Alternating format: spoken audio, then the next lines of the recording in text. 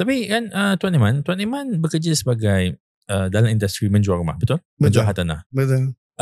Macam mana Tuan Iman menjaga atau membuat satu firewall dari segi nak menjaga kebajikan anak-anak muda ataupun pembeli-pembeli dengan keperluan Tuan Iman untuk menjaga KPI penjualan rumah-rumah tersebut?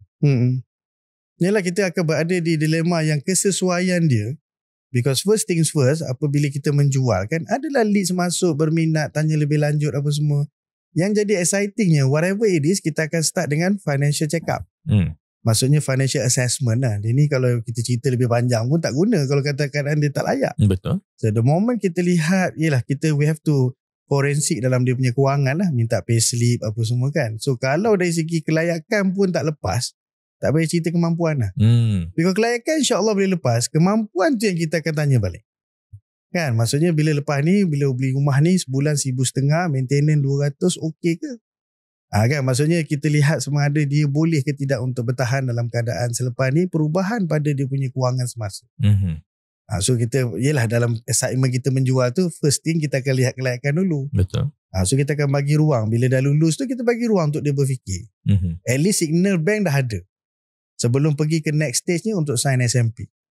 Kan, sebelum sign tanda tangan perjanjian jual beli kan. So fasa berfikir tu tengok macam mana. I see. So sekarang ni pula dengan adanya banyak financial video daripada Financial Faiz, daripada Tok-Guru Kewangan, imam-imam kewangan ni kan banyak kan. So dia jadi mazhab-mazhab tu boleh tengok, boleh belajar apa semua. So sama seronoknya antara bila kita berada dalam industri macam kami memang DQ Homes, agent apa semua tu, memang kita educate dia orang untuk selalu melihat kesesuaian rumah tu dengan objektif dia.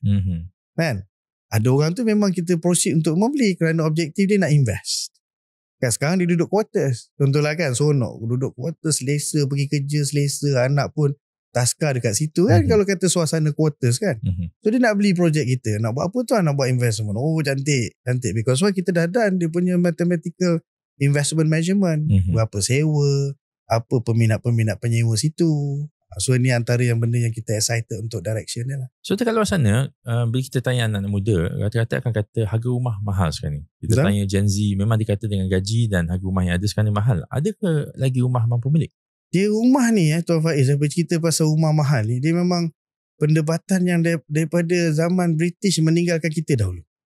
Kan, maksudnya dia mahal ni subjektif. Kepada setengah orang mahal, pada setengah orang mampu milik. Kan, mampu milik pada kita ambil sebagai orang muda B40 lah. Kita ambil dalam golongan yang besar. Kan, dalam masyarakat kita tak dapat dinafikan saiz yang besarnya B40 dan M40, iaitu rumah mampu milik di antara 500,000 ke bawah. Malahan kalau kata statistik penjualan di Malaysia, evergreen yang juara always 300,000 ke bawah. Yang paling banyak lah unit penjualan dan menghasilkan unit lah. 300,000 ke bawah. Malahan represent the highest volume lah. Volume dan juga unit. Ya, because why? Kalau kata ialah satu unit 300,000, kalau kali dengan banyak unit volume ni dia jadi banyak jugalah. GDV tu jadi besar lah. Maksudnya nilai penjualan, gross development value. Kan, contohnya satu rumah 300,000, kalau 2 biji dah 600,000. Kan, maksudnya represent kepada transaction data Malaysia tu jadi tinggi lah daripada segmen 300,000 ni. So kita ambil sebagai jawapan yang ramai terlibat, iaitu rumah 300,000 kita panggil sebagai the okay value. Because at least Tuan Faiz, rumah 300,000 kalau sedap dengar, yang selesa, yang mampu, gaji dia at least 3,000. 1%. Ni kita panggil formula 1%. Gaji rumah 300,000, gaji dia 1%. Yang okay dan selesa. Yang okay. Because why 300,000 sebulan 1,500. Separuh lah. 50%. Tapi okay. Okay lagi. Because 50% pergi ke rumah, so you have another 50%, 1,500. Tengok pula variables lain, saiz keluarga, isteri bekerja. Abang tak kan, kalau yang boleh gandingkan sebagai kemampuan bulanan tu, ya tuan saya tinggal 1,500 tapi gaji saya tak sentuh, gaji isteri saya 2,000. So you still okay. So dia bincang lah suami isteri, yang ni cover bil api, bil air, yang ni cover kereta. Still okay. Benda ni boleh dikira Tuan Faiz. At the end of the day, dia bukan something yang emotional involvement yang terlalu tinggi. Bahaya. Bila kita dalam kewangan ni masuk emosi, memang dia subjektif. Kenapa awak boleh? Saya sukalah tuan dekat dengan rumah mak saya. Mahal ni. Tuan-tuan tak faham, dekat rumah mak saya terlalu bernilai. Kita jadi macam mana nak measure something yang kualitatif macam tu kan. So berbalik pada 3 nature asal hukum dalam hartanah, iaitu harga yang akan selalu menjadi penentuan utama, harga. Yang kedua location, dan ketiga konsep. Okey Tuan Faiz, contoh kalau saya sebut. 300,000 okey tak? Okey. Location bangsa okey tak? Okey sangat. Saiz 500 square feet. 500 tak cukup for me lah. Dah studio. 500 square feet ni tu basically kalau kita masuk rumah bawa beg tak perasan dah sampai ujung. Nak kata kecilnya lah. Sebagai studio size.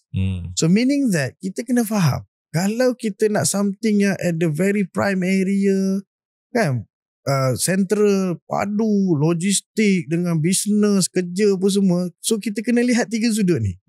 Kadang-kadang dalam kemampuan kita, lokasi betul dah, saiz je pula tak betul. So boleh terima tak saiz ni? Mana boleh tuan, saya saiz keluarga saya anak 2 orang tak muat. So nak tak nak kena mengalah kepada distance jauh sikit. Kena pergi jauh sikit lah. That's where saiz dia makin besar. Kan? Harga yang sama, bawa jauh sikit, saiz dia makin besar. Itu yang banyak rumah WIP dengan Mas Selangorku. Okay, that's where somehow kita boleh berterima kasih lah pada kerajaan yang sebelum-sebelum ni pun, bukan kata sebagai kerajaan semasa punya inisiatif untuk membantu dua kriteria ni. B40, rumah pertama. Main objective of the package adalah untuk membantu B40 dan juga rumah pertama. Yang kebanyakan anak-anak muda, golongan-golongan rakyat marahan yang belum memiliki hartanah, kita panggil sebagai pembeli rumah pertama. Dan juga B40 gaji dalam 3-4 ribu ke bawah lah. Lagi-lagi duduk dekat KL kan. So apa package apa yang boleh membantu? Rumah pertama, SJKP, skim jaminan kredit perumahan yang boleh buat pinjaman sampai 100%. More than 100% yes? 110. 100 plus 20. 120 yes. Kan? Dia jadi macam 100% cover rumah, harga rumah. Tu kan kena bayar. Kalau dalam pasaran subsidi tu nak kena bayar loan agreement, stamp duty apa semua. Tapi kalau rumah pertama stamp duty tak ada lah. So nak bayar valuation report kalau subsidi. Kemudian ada lebih sikit, boleh buat renovation. Tapi kena ingat ni duit bukan free Ini duit pinjaman. Kan orang macam cuma dia pinjam pada 120% harga rumah lah. 120% daripada harga rumah tersebut. So ini memberikan somehow kata apa facility kepada pembeli rumah pertama dan juga dalam keadaan B40 pada pendapatan rendah tersebut. So boleh beli rumah lah. Nak mengumpul deposit pun satu hal. Kalau kata loan, margin of finance, loan to value dalam 90%. Kalau rumah 300,000 dah 30,000. Not everyone lah Tuan Faiz yang boleh menyimpan 30,000 dan simpan dengan baik. Menyimpan tu satu hal. Bertahan dengan baik 30,000 tanpa disentuh. Antaranya yang dikenali sebagai rumah WIP. Kalau rumah WIP ni nama dululah, sekarang dikenali sebagai residensi wilayah. Kan ada rumah Prihatin Madani, ada Selangorku. So ini adalah rumah-rumah yang di bawah skim facility rumah mampu milik. Dia bukan rumah low cost rumah low cost lain. Rumah low cost ni bebanan low cost. Maksudnya dia dalam geran, dalam dokumen hak milik akan dinyatakan ini rumah low cost. So low cost ni dia akan pergi tengok kepada yang letakkan low cost tu punya bebanan. So berapa gaji low cost? 3,000 ke bawah je boleh beli. So tak kira lah property tu berada dekat Ceras ke, dekat Setapak ke, dekat Melawati ke, low cost. So dia still bebanan low cost tu berada lah. Bebanan tu apa maksud dia? Bebanan sekatan tu maksudnya sekatan tu lah. Maksudnya dalam dokumen hak milik menyatakan ini rumah kos rendah. Dalam title tu? Ya, dalam title. Dalam dokumen hak milik kalau orang biasa sebut sebagai geran. So orang yang beli rumah low cost, pembeli tu kena melalui kebenaran untuk pindah kepada pembeli low cost. Kena jual kepada pembeli low cost juga. Betul. So dia kena bawa penyata gaji apa semua untuk pihak yang meletakkan low cost tersebut lah. Kalau macam Selangor dia kena melalui LPHS, Lembaga Perumahan Hartanah Selangor. Kalau dekat KL mungkin yang letak low cost tu di BKL. So kena tengok apa tak, dia akan bergantung kepada pihak yang meletakkan bebanan low cost tersebut, kerajaan negeri tersebut lah. Macam Tuan Aiman cakap tadi, rumah-rumah ini rumah mampu milik. Inisiatif kerajaan lah. Inisiatif kerajaan whereby dalam satu pembinaan development tersebut, pemaju, ada unit-unit yang mesti direservekan untuk RMM. RMM adalah rumah mampu milik. Rumah mampu milik. Kan sama ada 20%, 30%. Ikut istilah masing-masing lah. Ada yang nama Selangorku, ada yang nama residensi wilayah, ikut apa semua. Tapi loan tak 100% Cuma harga dia mampu milik. Harga dia mampu milik. Kan, maksudnya kuota tu 30% ni rumah wilayah, residensi wilayah.